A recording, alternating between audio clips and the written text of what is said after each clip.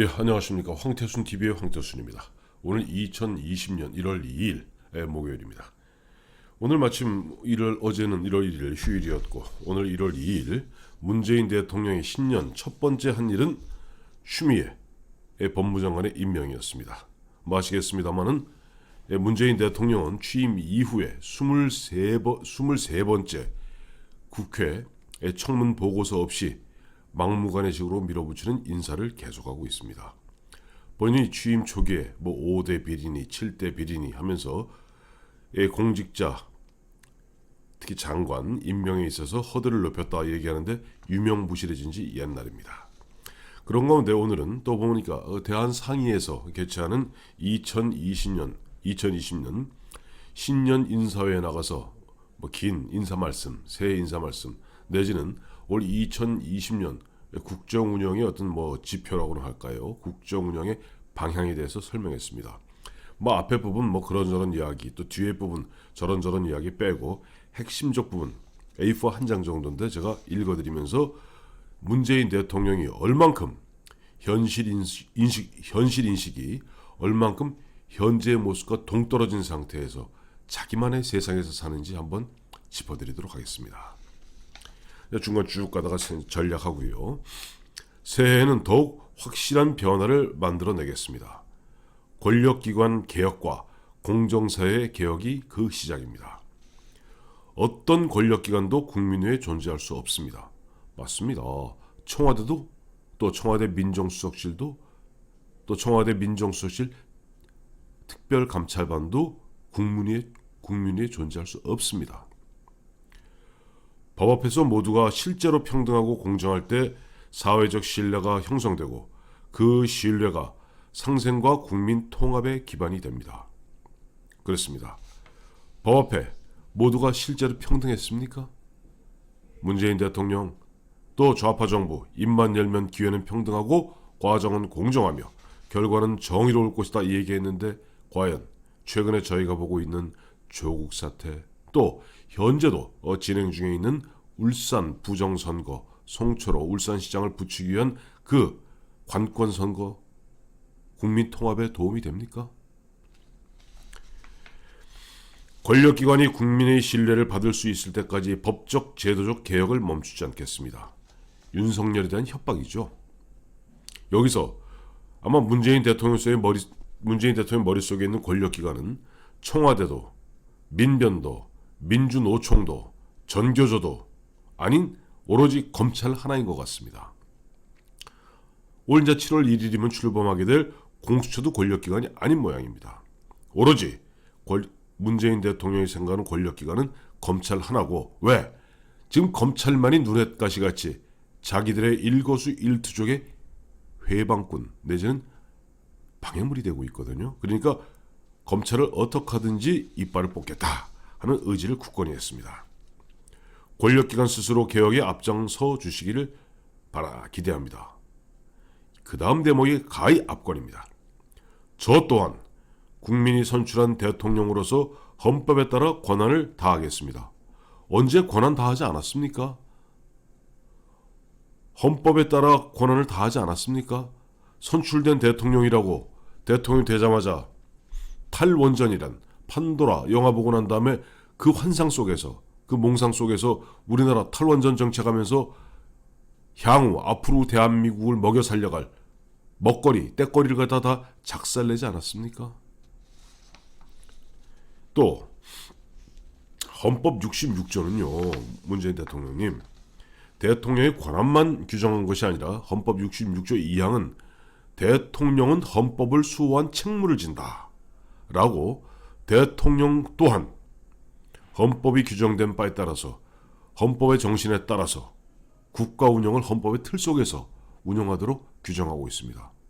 어떻게 의무와 책무는 다하지 않으면서 권한과 권리만 주장하시는가요? 성장의 원동력인 혁신을 뒷받침하는 것도 공정에 대한 믿음입니다. 그 다음에 이제 보면은 쭉 우리 정부 출범 이후 대기업 집단이 순환 출자가 대부분 해소되고 쭉 나가다 그러나 교육, 사회, 문화 전반에서 국민 눈높이에 맞는 공정사회 개혁은 아직 갈 길이 멉니다. 바로 공정사회 개혁이 갈 길이 멀도록 만든 것이 문재인 대통령 본인입니다. 교육, 사회, 문화, 여기 뭡니까? 언론. 지금 공정사회라고 얘기할 수 있겠습니까? 조국 사태를 보면서 공정을 이야기할 수 있겠습니까? 참 보면은 이거야말로 도둑이 매를 드는 이야기입니다. 정부는 같은 기회와 공정한 경쟁을 바라는 국민들, 특히 청년들의 높은 요구를 절감했고 반드시 이에 부응할 것입니다. 제발 부응해 주십시오. 자, 이제 그런 가운데 오늘 법무장관의 이제 억지로 우격다짐으로 임명된 추미애 법무장관은 문재인 대통령의 권력기관 개혁, 여기에 아마 코드를 맞추어서 철저하게 검찰 인사를 곧 시행할 모양입니다. 추미애 장관이 장관 되기도 전인 후보자 시절에 이미 청와대에서는 경찰에다가 한 100몇십 명의 승진 대상인 검사들의 세평, 세간의 평가를 갖다가 조회했다 합니다. 자, 기가 막힌 얘기죠. 아니, 원래 검찰 인사라는 것은 법무장관이 인사권자이긴 하되 검찰총장과 협의하여 했더니 또 추미애 씨는 청문회 나와서 얘기했죠. 협의하는 것은 내 의견을 들으면 그만이다 라고 얘기하는데 이 또한 바로 헌법과 법률 정신에 위배된 겁니다. 저는 추미애 씨를 보면서 문재인과 추미애 씨를 보면서 마치 2003년 당시 노무현 대통령과 강금실 장관, 법무장관의 그런 모습을 떠올리게 됩니다. 노무현 대통령 되자마자 판사 출신의 그것도 40대 중반에 그야말로 대법관도 못 해본 민변의 강금실 씨를 갖다가 법무장관에 임명하면서 어마어마한 검찰의 반발을 갖다가 목도하게 되죠. 그때 검찰의 길을 꺾겠다고 노무현 대통령이 벌인 일이 바로 검사와의 대화, 평검사와의 대화입니다. 결국 어떻게 됐습니까? 온 국민이 지켜보는 가운데 대통령은 그야말로 만신창이 내지는 바보 멍청이가 됐습니다. 본인은 대통령 당선인 시절에 앞으로 청탁하면 진짜 폐가망신 시키겠다 얘기했는데 검사들이 얘기했잖아요. 아니, 노무현 대통령께서 예전에 대통령 되시기 전에 부산에 있을 때 보면 뭐뭐뭐한 검사한테 청탁하지 않았습니까? 사건 청탁하지 않았습니까? 그때 말문이 막힌 노무현 대통령이 했던 그 유명한 얘기가 이쯤 되면 막 하자는 거죠. 바로 그겁니다. 왜? 내로남불의 이야기를 했기 때문에 평검사들이 그걸 수용할 수 없었던 겁니다.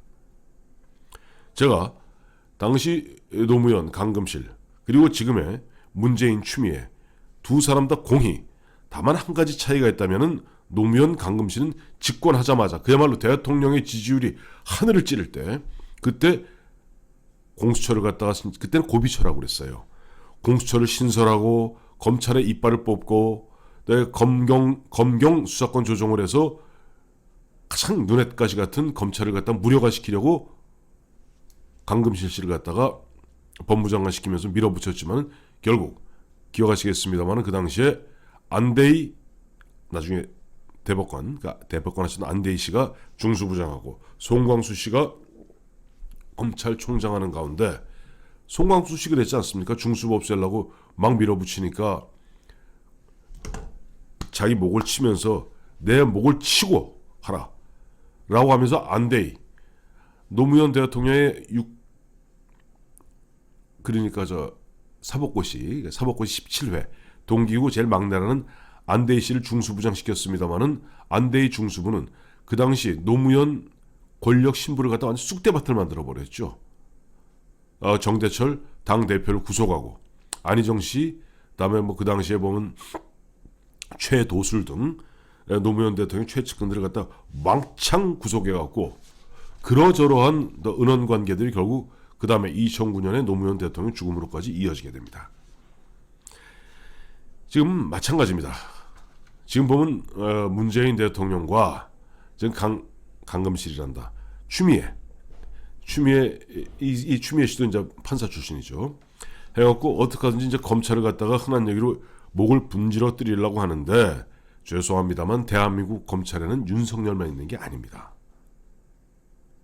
2,300명 달하는 그 검사들 중에 물론 문재인 대통령과 추미애 장관에게 입안에 혀같이 살살거리는 그야말로 정치검사 있습니다. 그러나 대다수의 검사들 강직합니다.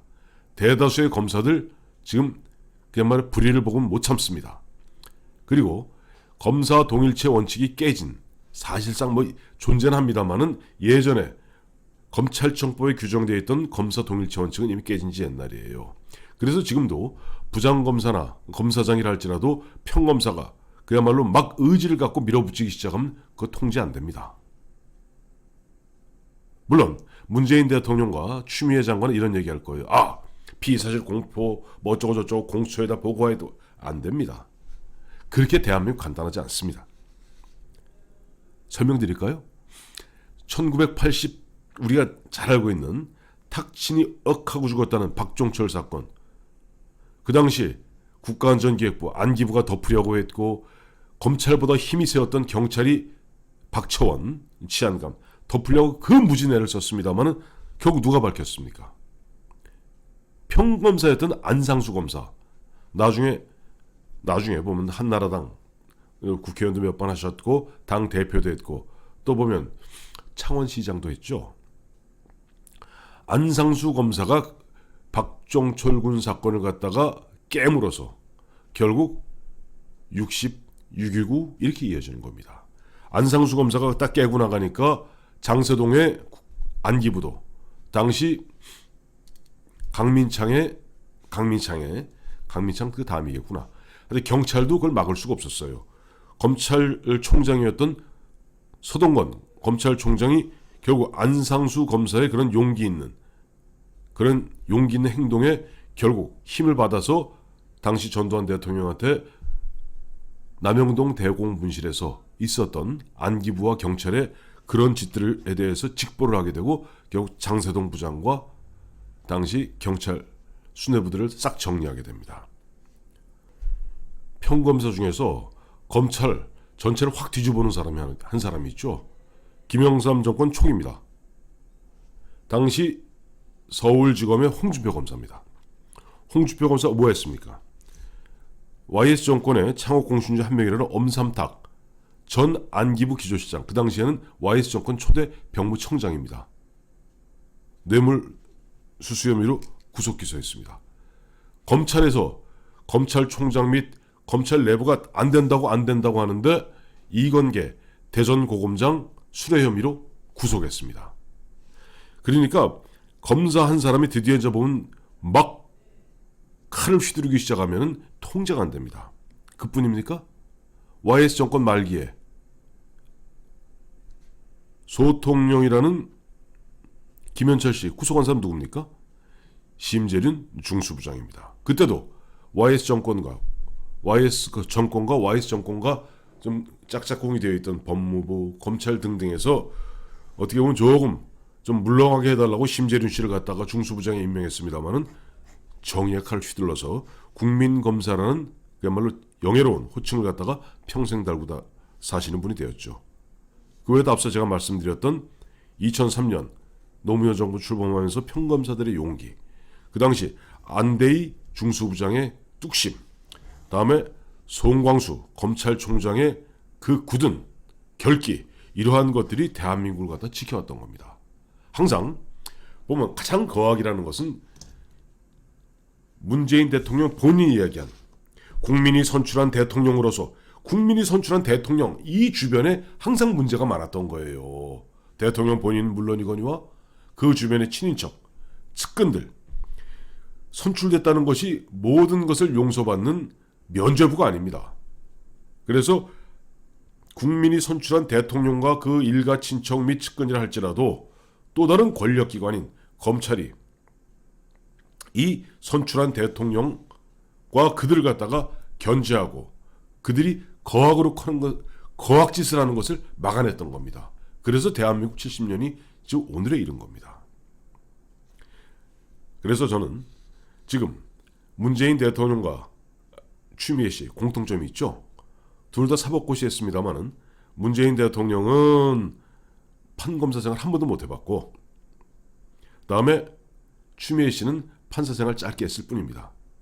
검찰은 판사와 또 달리 검찰은 살아있는 권력을 갖다가 견제하겠다는 그런 젊은 검사들과 또 그 검사들을 보호해주는 선배 검사들의 의지로서 검찰의 명예를 지켜왔던 겁니다. 검찰에는 윤석열만 있는 게 아닙니다. 제2, 제3, 제4 아니 제2000까지의 윤석열 검사 있을 겁니다. 물론 문재인 대통령과 추미애 장관 앞에서 그야말로 흔한 얘기로 알랑거리고 거기에 코드를 맞추는 정치검사 몇 있겠습니다마는 검찰 전체 큰 규모의 2300명의 검사와 수사관들 그들은 자기들이 지켜왔던 대한민국을 갖다가 또 지켜야 할 것입니다. 왜? 검사들은 처음에 검사에 임명되면서 이런 말을 배우죠. 검찰이 바로 서야 나라가 바로 선다. 정말 검찰이 바로 서야 나라가 바로 선다는 그 말 요즘만큼 절실한 적이 없는 것 같습니다. 감사합니다.